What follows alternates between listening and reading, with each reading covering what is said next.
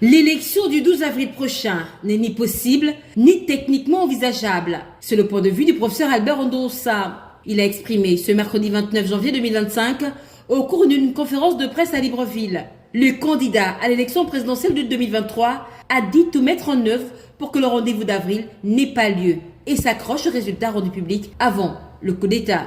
L'élection fixée par le gouvernement au 12 avril 2025 n'est ni possible ni techniquement envisageable.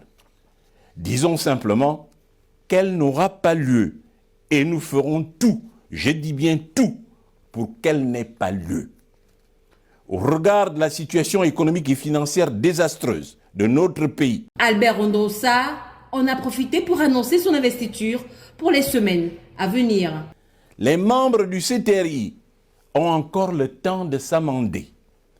Dans les semaines à venir, interviendra l'investiture officielle du président élu le 26 août 2023.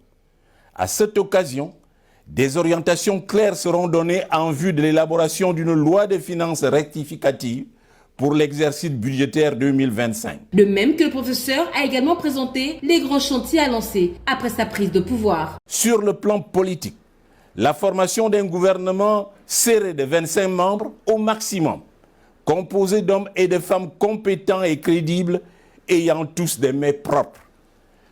La mise sur pied d'une assemblée constituante consensuelle de 60 membres, intégrant les membres de la diaspora, dont le rôle essentiel sera, ainsi que précisé plus haut d'une part, de voter une loi de finances rectificative pour l'année 2025 et une loi de programmation triennale, et d'autre part, de procéder à un redécoupage électoral et de voter une loi électorale consensuelle en vue des prochaines élections législatives et locales. Alors que le tenant du pouvoir annonce l'élection présidentielle pour le 12 avril prochain, le professeur Albert Ondossa, pour sa part, dit et entend faire le contraire, comme l'avait d'ailleurs fait Feu André Baobam en 2009 face à Ali Bongo Ondimba.